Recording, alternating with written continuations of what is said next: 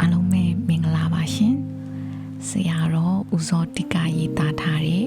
ချီးမွမ်းခြင်းကဲ့ရဲ့ခြင်းဆိုတဲ့စာအုပ်ထဲကနောက်ထပ်ခေါင်းစဉ်လေး၅ခုကိုဆက်ပြီးတော့ဖတ်သွားပါမယ်ပထမခေါင်းစဉ်လေးကပြင်ပအင်အားတွေကိုလွှမ်းမိုးခွင့်မပေးပါနဲ့ဒုတိယက action reaction response တတိယကသူများကိုတုံ့ပြန်တာများရင်ကိုဘဝလမ်းကောက်ခွေသွားတယ်စတုထကကိုစိတ်ထားမြင်လာမှကိုဘဝဟာတကယ်မြင်လာမယ်ပြီးတော့နောက်ဆုံးပြင်စမခေါင်းစဉ်လေးကအကောင်းဆုံးကိုလုပ်မယ်ဆိုတဲ့ခေါင်းစဉ်လေးတွေဖြစ်ပါတယ်အဲ့တော့သင်စားတို့နားထောင်ကြည့်အောင်နော်ပြင်ပအင်အားတွေကိုလွှမ်းမိုးခွင့်မပေးပါနဲ့ Do not allow outside forces to be the major influence in your life ပြင်ပအင်အားတွေကကိုဘဝမှာအရေးပါတဲ့လွှမ်းမိုးတဲ့အချက်မဖြစ်ပါစေနဲ့ဖြစ်ခွင့်မပေးပါနဲ့ကိုတခုခုဆုံးဖြတ်တော့မယ်ဆိုရင်သူများကြောင့်ဆိုတာမျိုးမဖြစ်စေနဲ့နော်ဘသူကြောင့်ဘယ်ဝါကြောင့်ခေတ်အခြေအနေကြောင့်ပတ်ဝန်းကျင်ကြောင့်အဲ့ဒါမျိုးမဖြစ်စေဖို့လိုတယ်တခုခုကိုဆုံးဖြတ်မယ်ဆိုရင်တတ်နိုင်တဲ့လောက်အပြင်ကကိစ္စတွေကိုဘေးဖယ်လိုက်ပါဖယ်လိုက်ပြီးတော့စိတ်ကိုအေးချမ်းအောင်ထားပြီးတော့ကိုယ်စိတ်ထဲကိုကြည့်ပါကြည့်ပြီးတော့အကောင်းဆုံးကိုဆုံးဖြတ်ပြီးတော့လုပ်လိုက်ပါကိုဆုံးဖြတ်တာဟာသူများကို react လုပ်တာတုံ့ပြန်တာပတ်ဝန်းကျင်ကို react လုပ်တာတုံ့ပြန်တာမဖြစ်သင့်ဘူးဒါအင်မတန်အရေးကြီးတယ်နော် reaction တုံ့ပြန်မှုဆိုတာညံမပါဘူး automatic ဖြစ်တာအလိုအလျောက်တုံ့ပြန်မှုတုံ့ပြန်မိတတ်တာများတယ်အဲ့ဒါလို့ညံမပါဘဲနဲ့တတိမပါဘဲနဲ့အလိုအလျောက်တုံ့ပြန်လိုက်လို့ရှိရင်မားတာလည်းများပါတယ်သူများကြောင့်လှုပ်တာဆိုရင်ကိုယ့်ရဲ့ဆုံးဖြတ်ချက်က reaction ဖြစ်နေတယ်ဘသူရဲ့လွှမ်းမိုးမှုကြောင့်ဖြစ်လာလဲဆိုတော့ပတ်ဝန်းကျင်ကြောင့်ဟိုလူကြောင့်ဒီလူကြောင့်အခြေအနေကြောင့် reaction ဖြစ်သွားတာနော်အဲ့ဒါမျိုးအဖြစ်နေရင်ကောင်းတယ် action reaction response ခွဲပြီးပြောရရင် action reaction response ဆိုပြီး၃မျိုးခွဲပြီးပြောလို့ရတယ် action ဆိုတာကဘသူကမှခိုင်းလို့လည်းမဟုတ်ဘူးကိုဟာကိုတခုခုလှုပ်ချင်တဲ့အခါမှာတိတ်တိတ်ချာချာစဉ်းစားပြီးတော့လှုပ်တဲ့နယ်လို့ယူဆပြီးဆုံးဖြတ်ပြီးတော့ကိုယ့်သဘောနဲ့ကိုလှုပ်လိုက်တာဒါကိုယ့်ရဲ့ action ပဲနော် reaction ဆိုတာကသူများတခုခုလှုပ်လို့ကိုကတခုခုပြန်လှုပ်လိုက်တာပဲသူ့ကိုတုံ့ပြန်တာ reaction ကတတိမပါပဲညံမပါပဲတုံ့ပြန်နေတာဖြစ်လို့မကောင်းဘူး response ဆိုတာကတော့ဖြစ်နေတဲ့အခြေအနေကိုသိတယ်သိပြီးမှအခြေအနေနဲ့ကိုက်အောင်အကောင်းဆုံးဖြစ်အောင်ညံနဲ့လှုပ်လိုက်တာပဲကိုတနေ့တာသွားတာလာတာမှာစိတ်ကတတိမပါလို့အလိုအလျောက်တုံ့ပြန်နေတာ react လုပ်နေတာတွေဘလောက်များသလဲတတိမထားမိရင်အင်မတန်များပါတယ်ဒေါသစရိုက်ရှိတဲ့သူဆိုရင်မြင်တာကြားတာတွေနဲ့ပတ်သက်ပြီးတော့ဒေါသဖြစ်တာပိုများတယ်လောဘစရိုက်ရှိတဲ့သူဆိုရင်သူကြိုက်တတ်တာတွေကိုကြည့်ရှုနားထောင်ပြီးလောဘဖြစ်တာပိုများနေမယ်မနာလိုစိတ်အားကြီးတဲ့သူဆိုရင်လေသူများအဆင်ပြေတာတွေကိုမြင်ရကြားရရင်မနာလိုစိတ်ဖြစ်မယ်လောဘနဲ့တုံ့ပြန်တာဒေါသနဲ့တုံ့ပြန်တာများလို့ရှိရင်တော်တော်ပင်ပန်းနဲ့တော်တော်ဆင်းရဲတယ်အထူးသဖြင့်ဒေါသကပူပင်ပန်းနဲ့စိတ်ကအင်မတန်မြန်နေတတိမထားရင်မြင်တိုင်းကြားတိုင်းစိတ်ကတုံ့ပြန်နေတယ်မြင်ရင်မြင်ကမြကြားရင်ကြားကမြနေတတ်အောင်အလေးအကျင့်တော်တော်လှုပ်ထားမှတော်ယုံကြတယ်သူများကိုတုံ့ပြန်တာများရင်ကိုဘဝလန်ကောက်ခွေသွားတယ်မနက်ကတကားကြီးတယောက်ကပြောတယ်သူအခုတရားအားထုတ်လာလို့တော်တော်တန်တန်ကိစ္စတွေကိုသူစိတ်ကဘာမှပြန် react မလုပ်တော့ပါဘူးတဲ့အရင်တုန်းကသူ့အလုပ်ရှင်ကသူမကြိုက်တဲ့စကားတခွန်းပြောတာနဲ့မျက်နှာပြတ်သွားပြီးတော့တကူလုံးထူပူသွားပြီးတော့လှုပ်တာကိုင်းတာတွေလွဲကုန်ရော မားကုံရောတဲ့သူ့အလုပ်ရှင်ကလည်းအပြောဆိုးတယ်လို့ထင်တယ်သူကလည်းငကိုဒေါသကြီးတတ်တဲ့သူအပြောမခံချင်တဲ့သူဒါပေမဲ့အခုတော့သူတရားစာပေတွေလည်းဖတ်တယ်တရားလည်းအားထုတ်တော့ပြောပေမဲ့လည်းသူစိတ်ထဲမှာဘလို့မှမတုံ့ပြန်တော့ဘူး react မလုပ်တော့ဘူးတဲ့သူအလုပ်ရှင်ကပြောတဲ့အခါဒါသူဖြစ်ယူဖြစ်စဉ်အတိုင်းပဲသူပြောရမယ့်ထုံးစံရှိလို့ပြောလိုက်တာပဲဆိုပြီးဘလို့မှသဘောမထားတော့လို့စိတ်ပင်ပန်းမှုအင်မတန်တက်တာသွားတယ်တဲ့သူအလုပ်ရှင်ကလည်းသူ့ရဲ့အေးဆေးတည်ငြိမ်တဲ့အနေအထိုင်အပြောအဆိုကိုတတိထားမိလာလို့သူနဲ့ပြောတဲ့ဆိုတဲ့အခါမှာအရင်ကထက်သူ့ကိုပိုးပြီးလေးလေးစားစားပြောတယ်တဲ့ပြင်ပကအကြောင်းအရာပြင်ပကလူတွေကကိုယ့်ဘဝမှာအဓိကလွမ်းမိုးနေတဲ့အကြောင်းတရားမဖြစ်သင့်ဘူးနည်းနည်းတော့လွမ်းမိုးမှာပဲနော်ဒါပေမဲ့အဓိကနေရာမှာမထားပါနဲ့အရေးကြီးတဲ့ကိစ္စတစ်ခုခုကိုဆုံးဖြတ်တော့မယ်ဆိုရင်သူများကြောင့်ဆုံးဖြတ်တာဘယ်တော့မှမလုပ်ပါနဲ့ကိုညံနဲ့ကိုပဲဆုံးဖြတ်ပါမြင်တာကြားတာတွေကိုအလိုအလျောက်တုံ့ပြန်တာနဲ့အောင်ကိုစိတ်ကိုတတိနဲ့နေပါဒါမှလွတ်လပ်မှုပိုရှိမယ်ဒါမှကိုလှုပ်တာတွေဟာကိုစိတ်နဲ့ကိုလှုပ်တာဖြစ်မယ်အဲ့ဒီလိုနေမှကိုဘဝလမ်းဟာဖြောင်းမယ်သူများကိုတုံ့ပြန်တာများရင်ကိုဘဝလမ်းကောက်ကွေ့သွားတယ်တနေ့တနေ့သူများအကြောင်းတွေးတာဘလောက်များသလဲဆိုတာတတိထားကြည့်ရင်ကိုဘဝကိုစိတ်ကိုသူများဘလောက်လွမ်းမိုးထားတယ်ဆိုတာတွေးလိမ့်မယ်အံ့ဩသွားလိမ့်မယ်သူများဝတ်လို့လိုက်ဝတ်တာသူများစားလို့လိုက်စားတာသူများကြည့်လို့လိုက်ကြည့်တာတွေဘလောက်များနေသလဲသူများအထင်ကြီးအောင်လုပ်ပြရတာနေပြရတာဘလောက်များသလဲကိုစိတ်ထားမြင့်လာမှကိုဘဝဟာတကယ်မြင့်လာမယ်ငါစိတ်ထားကိုညံ့သွားအောင်ဘယ်သူမှလုပ်လို့မရဘူးတတိမရှိလို့ရှိရင်ကိုပတ်ဝန်းကျင်မှာလူတွေလုံနေကြ၊ကိုင်နေကြ၊ပြောနေကြ၊ဆိုနေကြတဲ့ကိစ္စတွေဟာကိုပို့ပြီးတော့စိတ်ထားညံ့သွားအောင်လုပ်နိုင်တယ်နော်တတိရှိလို့ရှိရင်ကိုစိတ်ထားကိုဟာကိုပုံမှန်ထားလို့ရတယ်ကိုစိတ်ထဲမှာဖြစ်နေတဲ့လောဘတို့ဒေါသတို့မာနတို့မနာလိုဝန်တိုစိတ်တို့ကိုလည်းမသိလို့ရှိရင်ကိုစိတ်ထားညံ့သွားမယ်စိတ်နေသဘောထားအစင်မြင့်တဲ့သူဖြစ်ဖို့တိတ်အရေးကြီးတယ်ကိုစိတ်ထားမြင့်လာမှကိုဘဝဟာတကယ်မြင့်လာမယ်အကောင်းဆုံးကိုလုပ်မယ်ကိုဘဝမှာ principle တစ်ခုရှိထားဖို့လိုတယ်မူတစ်ခုရှိဖို့လိုတယ်မူတစ်ခုမရှိတဲ့လူဟာကောင်းတဲ့အခါကောင်းတယ်မကောင်းချင်တဲ့အခါမကောင်းဘူးသူစိတ်ကအခုတစ်မျိုးတော့ကြတစ်မျိုးပြောင်းသွားမှာပဲဒါကြောင့်ငါဘဝမှာဘလို့မူရှိတယ်လဲဘလို့ principle ရှိလဲလို့ကိုမေးပါဘလို့အခြေအနေမျိုးနဲ့ကြုံရအတက်နိုင်ဆုံးကောင်းတာမှန်တာကိုလုပ်မယ်ဆိုတဲ့မူကိုထားနိုင်ဖို့လိုတယ်မိသားစုရေးမှာပဲဖြစ်ဖြစ်စီးပွားရေးမှာပဲဖြစ်ဖြစ်အဖွဲ့အစည်းကိစ္စမှာပဲဖြစ်ဖြစ်အကောင်းဆုံးကိုလုပ်မယ်ဆိုတဲ့မူကိုထားနိုင်ရမယ်ဒီမူဟာကိုဘဝရဲ့မှန်တိုင်ဖြစ်ရမယ်အကောင်းဆုံးကိုလုပ်မယ်ဆိုတဲ့မူရှိရင်မားသွားတာကိုမဖုံးကွယ်ဘူးဝန်ခံနိုင်တယ်ပြုပြင်နိုင်တယ်အမားကိုထောက်ပြရင်စိတ်မဆိုးဘူးပွင့်လင်းပြောတာကိုလက်ခံနိုင်တယ်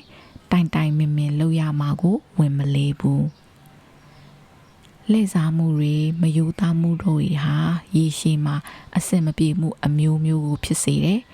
ဒါကြောင့်ယိုးသားမှုကိုမူအဖြစ်နဲ့ထားရမယ်Honesty is the best policy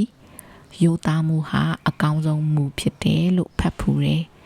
ရိုးသားမှုမရှိရင်ယုံကြည်မှုမရနိုင်ဘူးယုံကြည်မှုကိုမရရင်ရေရှည်အောင်မြင်မှုကိုမရနိုင်ဘူး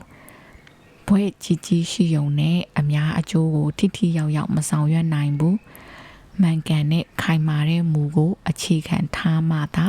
စိတ်ဓာတ်အင်အားကြီးမားတဲ့သူဖြစ်မယ်အစင်းမြင့်တဲ့ခံယူချက်ရှိမှ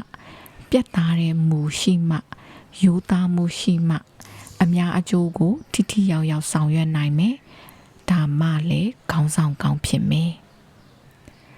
Without honesty there is no growth ရိုးသားမှုမရှိရင်တိုးတက်မှုကြီးပွားမှုမရှိဘူး Without honesty there is no freedom ယူသားမှုမရှိရင်လွတ်လပ်မှုမရှိဘူး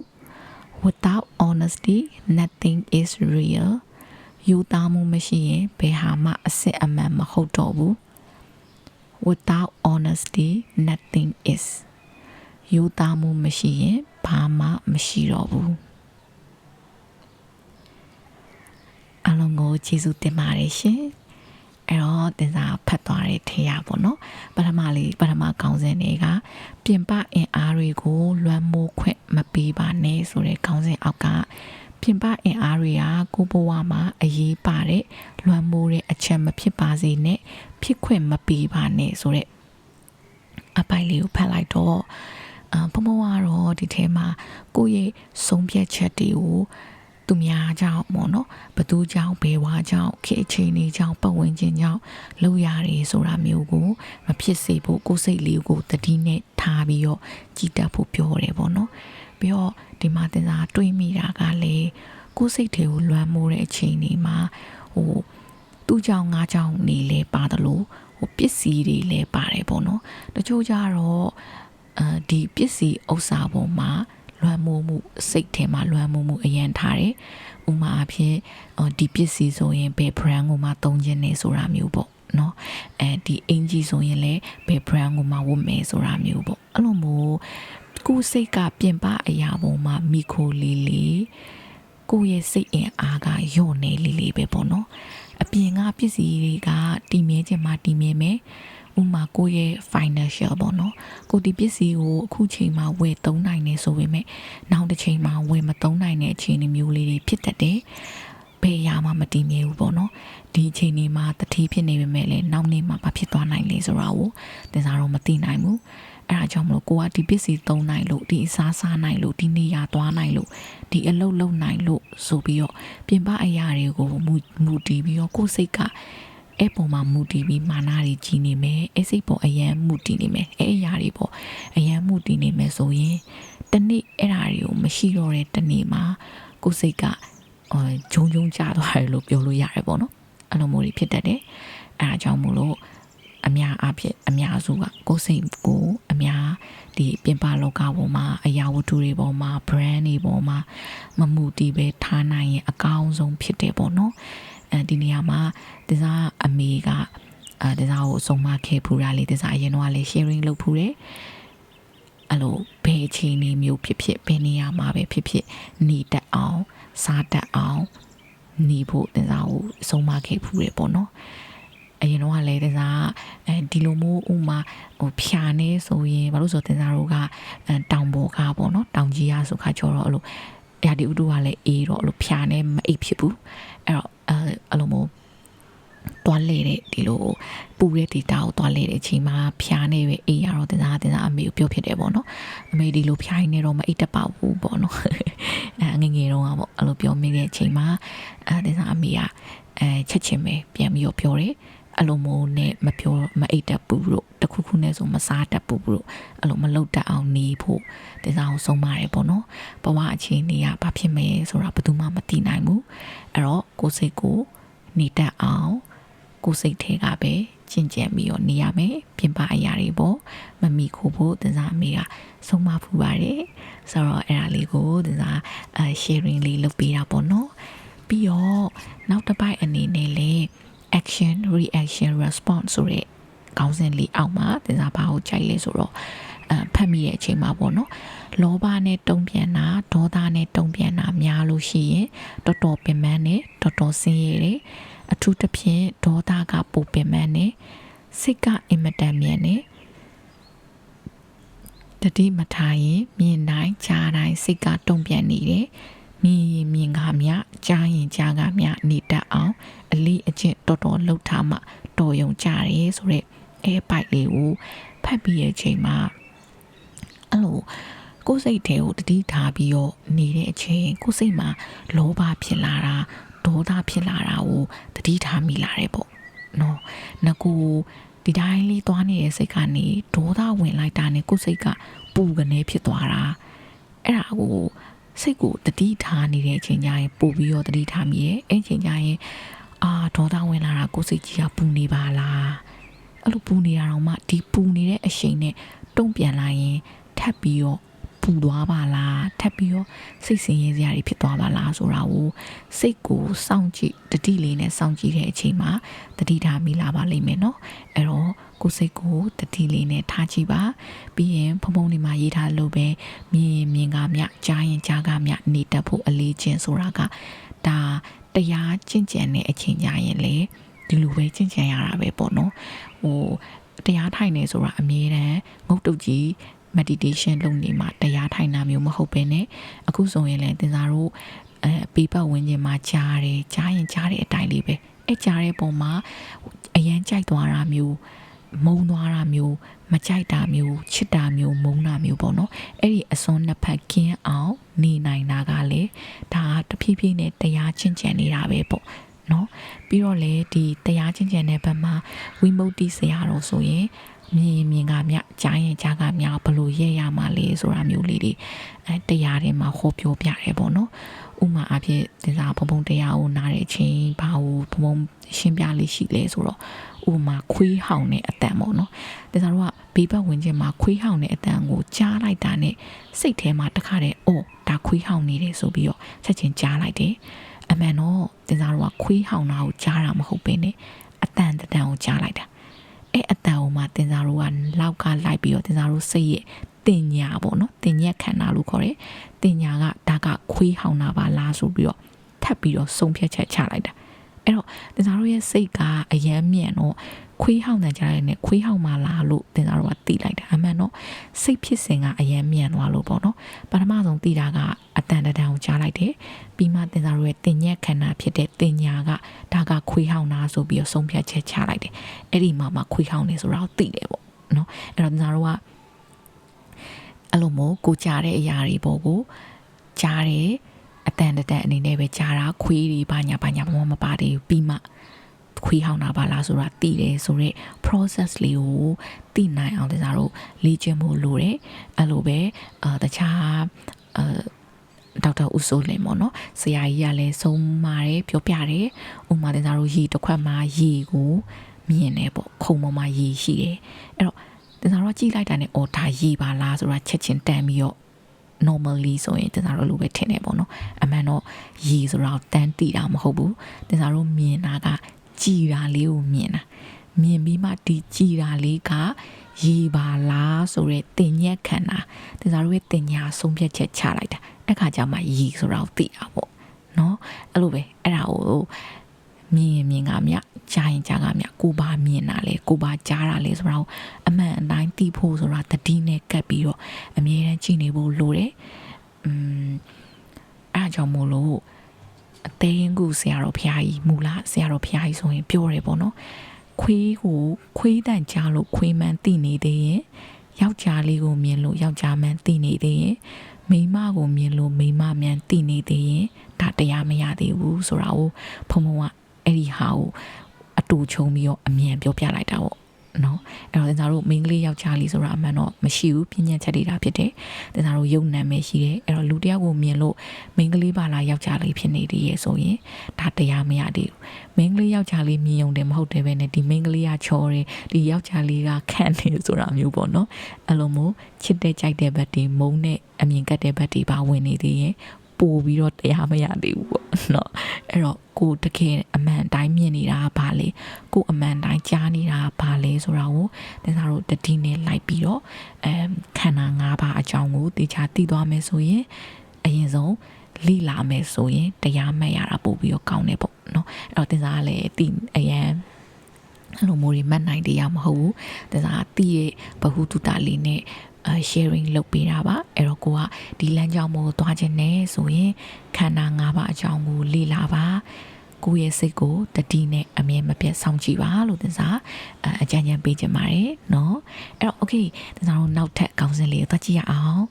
သူများကိုတုံ့ပြန်တာများရင်ကိုဘဝလမ်းကောက်ခွေသွားတယ်ဆိုတဲ့ခေါင်းစဉ်လေးအောက်က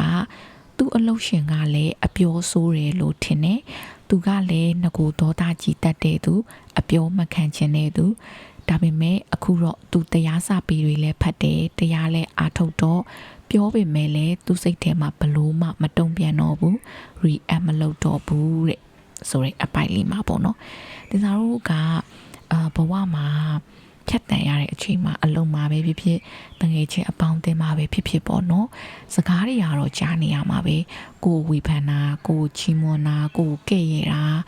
အမျိုးစုံကြားနေရမှာပဲပေါ့နော်အဲ့တော့ဒီစကားတွေကိုလိုက်ပြီးတော့ကိုကခံစားနေမယ်ဆိုရင်တင်စားတို့စိတ်ကတော်တော်ကိုမလွယ်ဘူးပေါ့နော်တော်တော်ပင်ပန်းနေမဲ့စိတ်မျိုးဖြစ်မယ်အဲဒါကြောင့်မို့လို့တင်စားတို့သူများရဲ့ချီးမွမ်းခြင်းကဲ့ရဲ့ခြင်းတွေကိုမခံစားဘဲနဲ့ကိုယ်စိတ်ကိုဒီစကားလေးတစ်ခုပြောလိုက်တယ်ဘာစိတ်နဲ့ပြောတာလဲကိုဒီအလုပ်လေးလုပ်လိုက်တယ်ဘာစိတ်နဲ့လုပ်တာလဲဆိုတာကိုသိချနေမယ်ကိုသိနေမယ်ဆိုရင်သူများရဲ့ထင်မြင်ချက်တွေက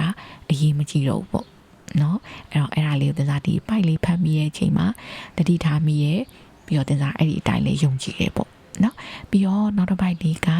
မြင်တာကြားတာတွေကိုအလိုအလျောက်တုံ့ပြန်တာနဲအောင်ကိုယ်စိတ်ကိုတတိနဲ့နေပါဒါမှလွတ်လပ်မှုပိုရှိမယ်ဒါမှကိုလှုပ်တာတွေဟာကိုယ်စိတ်နဲ့ကိုလှုပ်တာဖြစ်မယ်အဲ့လိုနေမှကိုဘဝလန်ဟာဖြောင်မယ်သူများကိုတုံ့ပြန်တာများရင်ကိုဘဝလန်ကောက်ခွေသွားတယ်ဆိုတဲ့အပိုက်လေးဒီပိုက်လေးပတ်တော့တစားဘလို့လူတွေကိုပြေးမြင်လဲပေါ့နော်တစားပတ်ဝန်းကျင်မှာရှိဘူးရဲ့သူကကောင်းတာလေးတစ်ခုခုလုပ်နေတယ်ပေါ့အဲ့ဒါကိုတခြားတယောက်ကအေးကောင်းတာဒီဟာလေးလုပ်တာကောင်းနေဆက်လုပ်ဆိုပြီးတော့ပြောရင်မလုပ်ချင်တော့ဆက်မလုပ်တော့အဲ့လိုမျိုးလူတွေ့ဘူးပဲထင်တယ်နော်အဲ့လိုလူရှိတယ်အဲ့ဒါဘာလို့လဲဆိုတော့သူများရဲ့ပြောတဲ့စကားကိုက react လုပ်လိုက်တာသူပြောလို့လုပ်တာမဟုတ်ဘူးကိုလုပ်တာဆိုပြီးတော့ကိုလုပ်နေတဲ့ကောင်းတဲ့ဟာပါမလုပ်တော့ဘဲနေပလိုက်တာပေါ့နော်အဲ့တော့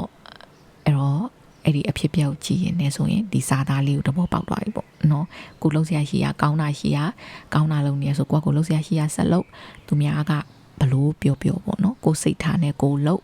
ကိုစိတ်နဲ့ပါစိတ်နဲ့လုံနေလဲဆိုတာကိုသိပြီးလုံနေမယ်ဆိုရင်ကိုစိတ်ထဲမှာလည်းလွတ်လပ်မှုရှိရပေါ့နော်အဲ့တော့သူများပြောတွေသူများဝေဖန်တာတွေကိုသိပြီးတော့စိတ်ထဲမှာမထားပါနဲ့နော်ပြီးနောက်တစ်ကြောင်းကလည်းသူများအထင်ကြီးအောင်လုပ်ပြရတာနေပြရတာဘယ်လောက်များသလဲဆိုတဲ့မိခွန်းလေးကိုဖတ်တော့တင်စားတို့အပြုအမူအပြောဆိုတွေလူတွေနဲ့ဆက်ဆံရတဲ့အခါမှာသူများအထင်ကြီးဖို့ဆိုတာတဲ့တင်စားကတော့ကိုလေးစားဖို့ကိုလုပ်ဖြစ်တာများတယ်ကိုဒီအလုပ်ကိုလုပ်လိုက်လို့ကိုလေးစားနိုင်လားဒီပြောလိုက်လို့ကိုလေးစားနိုင်လားဆိုတာကိုတင်စားမေးလေးရှိတယ်ပေါ့နော်ဒါတင်စားရဲ့စိတ်ပေါ့အရင်တော့ကဒီလိုမျိုးတွေမရှိခင်တော့ကဆိုရင်တော့သူများအထင်ကြီးအောင်လုပ်ချင်တဲ့စိတ်တွေရှိတယ်အလုံးမိုးတွေက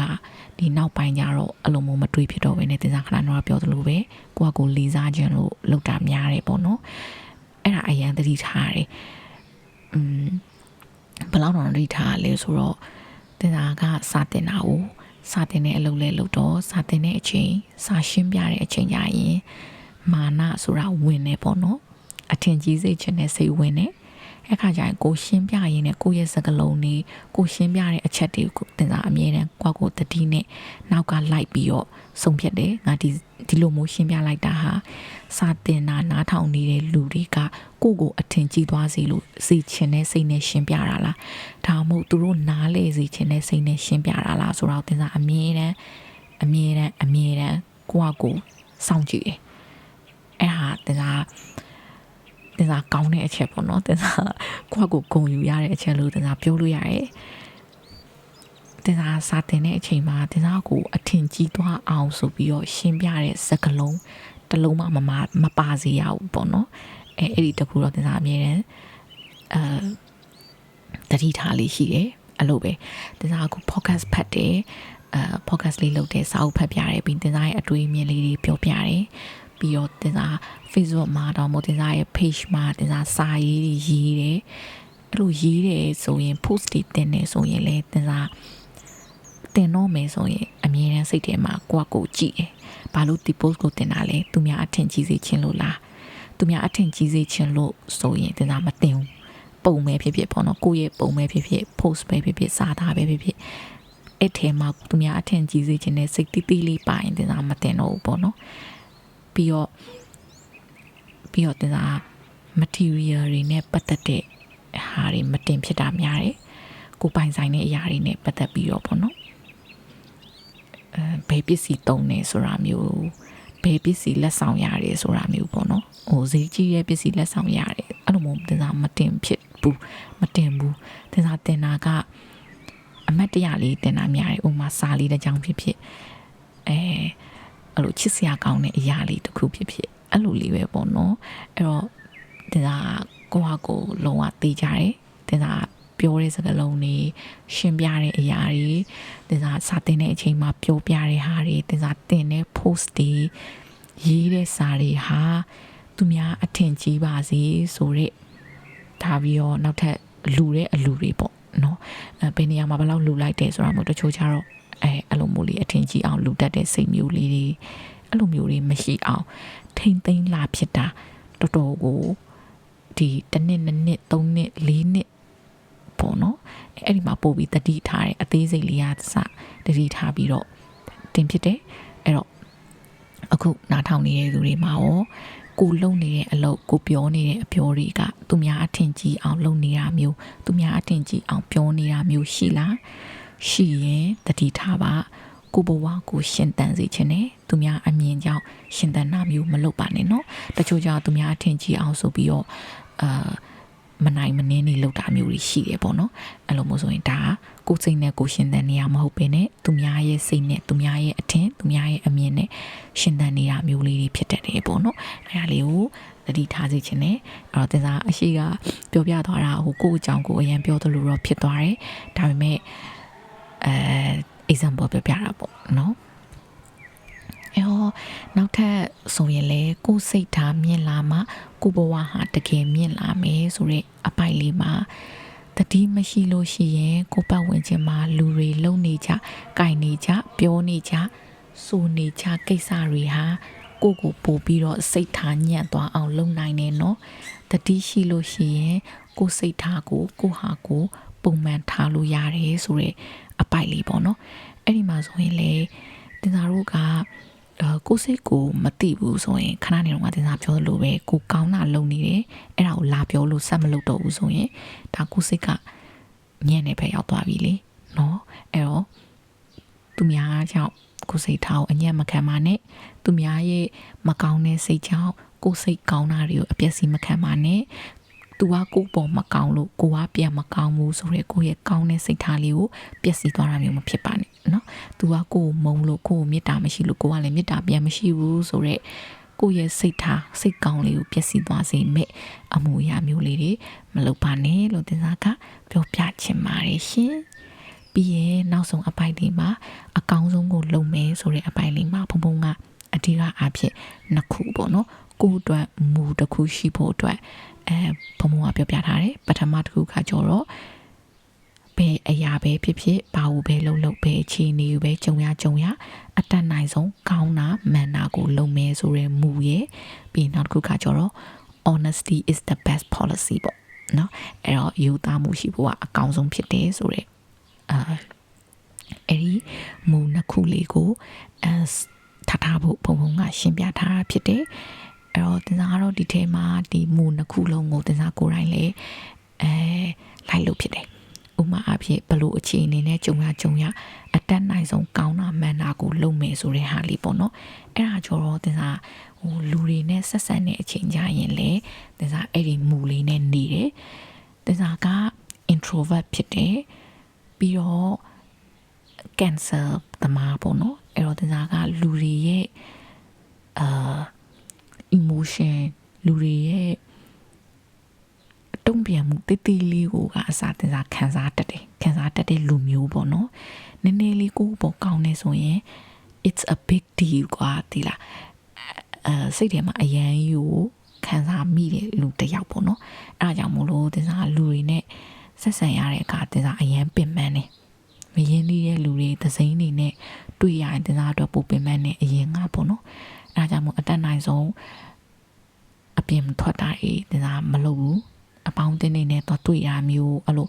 ဟိုပွဲတွေသွားတာမျိုးမင်္ဂလာဆောင်သွားတာမျိုးအဲ့လိုကြီးပါတီသွားတာမျိုးတွေတင်စားရှောင်နေပေါ့နော်ကိုအရန်ခင်နေသူကိုစိတ်ထဲမှာအရန်အဆင်ပြေတဲ့လူနဲ့မှသာတင်စားသွားလိရှိတယ်ဘာလို့လဲဆိုတော့တင်စားစိတ်ကအရန်ဟိုဟာဖြစ်လို့အရန်ခံစားတယ်လို့အရန် emotion ဖြစ်လို့ ကို protect လုပ်တဲ့သဘောနဲ့မသွားဖြစ်ဘူးပေါ့နော်အဲ့လိုနေရင်လည်းဘာဖြစ်လာလဲဆိုတော့ကိုဘဝကိုလောကပို့ပြီးတော့ကျင်းလာတာမျိုးဖြစ်တယ်ဆက်ဆံတဲ့လူတွေနေလာတာဖြစ်တယ်ပေါ့နော်အဲ့တော့ okay တခုခုတော့ပြင်မရမယ်ဒီကိစ္စနဲ့ပတ်သက်ပြီးတော့ဆိုတော့ဒါစားအခုနောက်ပိုင်းမှာလူတွေနဲ့တွေ့မယ်ပေါ့နော်ကိုမခင်တဲ့လူအရင်မရင်နေတဲ့လူနဲ့တွေ့မယ်ဆိုရင်လေကိုဘက်ကဒီမူပဲဒါစားယူတယ်လူတွေကိုဘယ်လိုပဲဆက်ဆံကိုအကောင်းဆုံးဆက်ဆံမယ်ကိုအကောင်းဆုံးကူညီပေးမယ်ကိုဘက်ကအကောင်းဆုံးအရာတွေကိုပဲပေးမယ်ဆိုတော့တတိုင်းတစ်ခုပေါ့နော်ဒါစားအတွက်တတိုင်းတစ်ခုဒါစားကားထားတယ်အဲ့တော့နောက်လုံးဝအဆင်ပြေသွားရပေါ့နော်ဒါဆိုအခုဆိုရင်အပြင်သွားတွေလုပ်တဲ့လူ group တွေနဲ့တွေ့တာမျိုးလေးတွေအရင်ကထပ်တော့ပို့ပြီးတော့လုပ်ဖြစ်တယ်အဲ့ဒီချိန်ညမှာကိုကဒီမူကိုကင်ထားတဲ့အချိန်မှာခါကျတော့ကိုကိုလူတွေကဘလို့ပဲဆက်ဆံဘလို့ energy နဲ့ပဲလာခဲ့ဒါဆိုလုံးဝ okay တယ်ပေါ့နော်အဲ့တော့တကယ်လို့အခုနားထောင်နေတဲ့သူတွေမှာလည်းအဲ့လိုမျိုးတင်စားလိုမျိုးစိတ်ပင်ပန်းတတ်တဲ့ energy ကုန်တတ်တဲ့လူတွေနဲ့တွေ့ရတာ energy down နေအဲ့လိုမျိုးလူရှိခဲ့မယ်ဆိုရင်တင်စားလိုမျိုးလုပ်ကြည့်ပါသူများရဲ့ energy ဘလို့ပဲရှိဘလို့ပဲကိုယ်လာပြီးတော့ဆက်ဆံကိုယ့်ဘက်ကအကောင်းဆုံးတွေကိုပဲဆက်ဆံမယ်ကိုယ့်ဘက်ကသဘောထားမှန်နဲ့ကိုယ့်ဘက်ကအကောင်းဆုံးတွေကိုပဲပေးမယ်စိတ်ထားကောင်းနဲ့ပဲဆက်ဆံမယ်ဆိုတဲ့တတိုင်းတစ်ခုကလိုက်တဲ့အချိန်မှာလုံးဝကို protective ဖြစ်သွားပါတယ်လို့တင်စားပြောပြချင်ပါတယ်ပြီးနောက်တစ်ချက်က honesty ပေါ့နော် honesty နဲ့ပတ်သက်ပြီးတော့နေရာတိုင်းမှာလိုတယ်အဲ့ဒီထဲမှာမှလူမှုဆက်ဆံရေးမှာဆိုရင်လည်း honesty ကတကယ်ကိုလိုအပ်တဲ့အချက်ပေါ့နော်ဒါစားတို့လူတယောက်နဲ့တယောက်ဆက်ဆံတဲ့အချိန်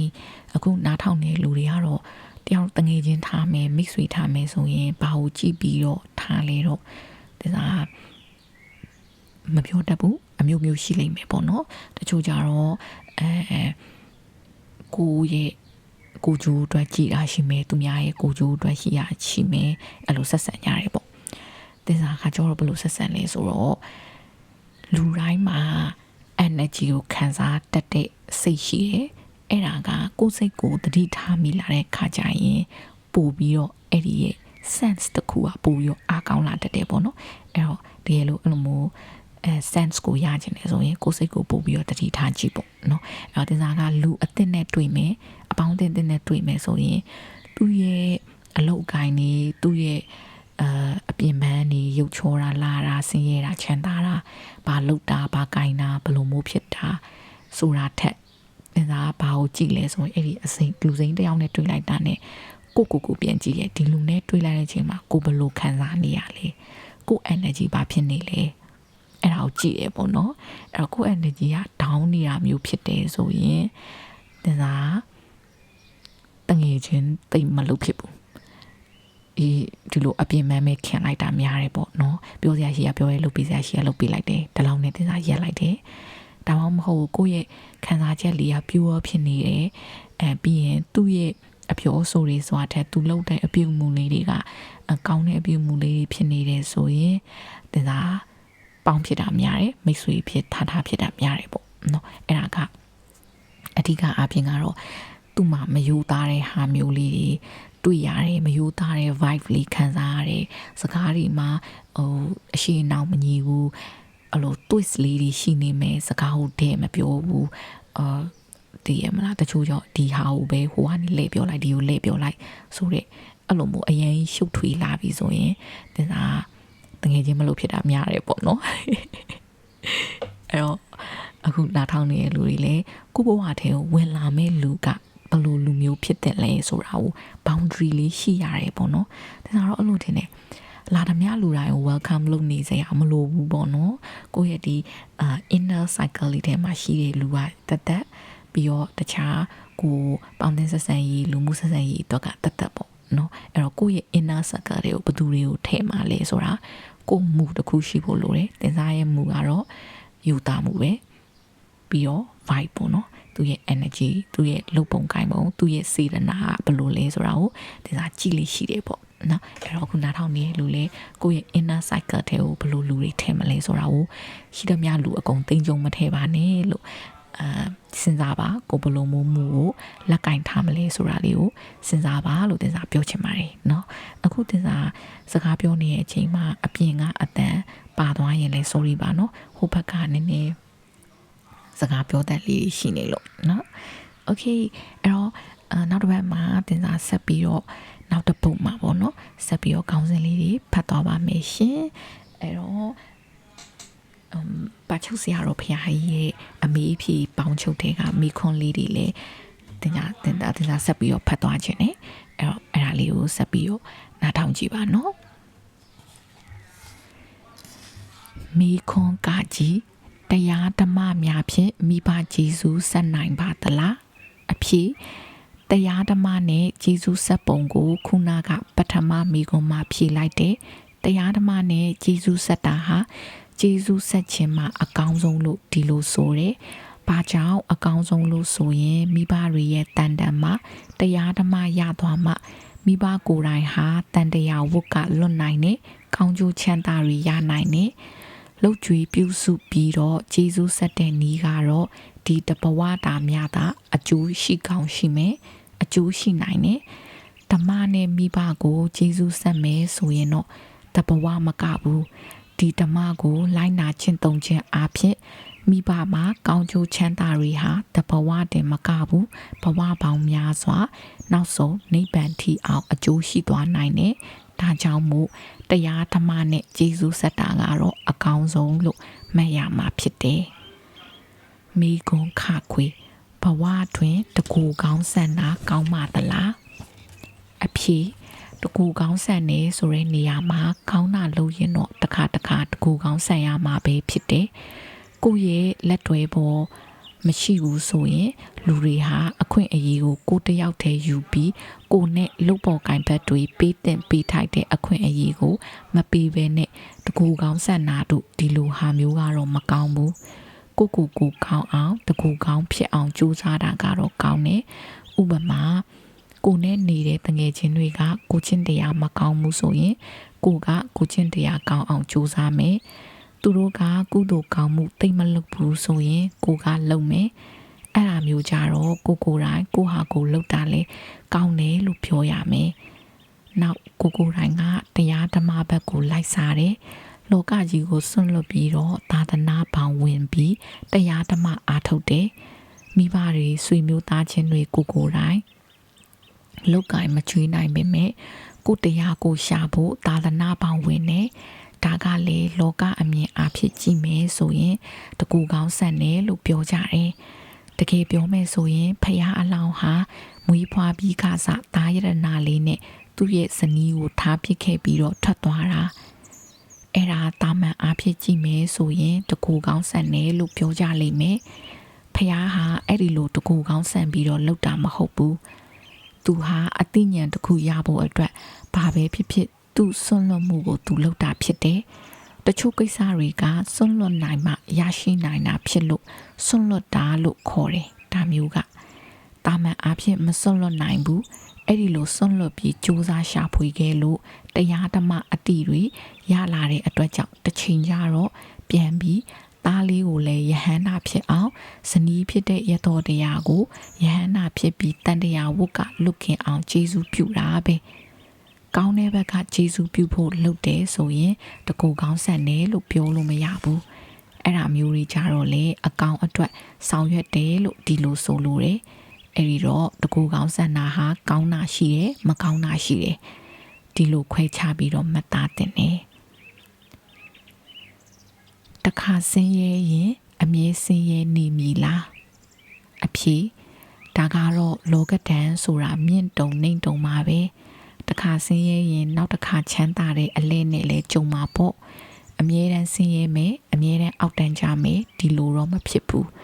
အကြောင်းပေါ်မှာမူတည်ပြီးတော့သူကဆင်းရဲတာလည်းမမြဲဘူးချမ်းသာတာလည်းမမြဲဘူးဒီနှစ်ခုဟာလောကကြီးတစ်ခုလုံးဟာအမြဲတမ်းအပြောင်းအလဲဖြစ်နေတာပဲဒီလိုပဲမှတ်ရမှာဖြစ်တယ်အားလုံး လုံးကိုကျေးဇူးတင်ပါတယ်ဒီအမေအဖြစ်လေးကိုနားထောင်ပြီးတော့ဘ ഹു တုတလေးတွေရရှိသွားမယ်လို့လည်းတင်စားယုံကြည်ပါတယ်ရှင်ပြီးတော့လေဖုံဖုံဆရာတော်ဦးစောတိကရဲ့ချီးမွမ်းခြင်းကဲ့ရဲ့ခြင်းဆိုတဲ့စာအုပ်ထဲကကောင်းစဉ်လေးတွေအတိုင်းပဲပေါ့နော်ကိုယ့်ရဲ့ principle ကပါလဲဆိုတာမျိုးလေးတွေပြန်ပြီးတော့စဉ်းစားကြည့်ပါပြီးတော့ honesty is the best policy ဆိုတာလေး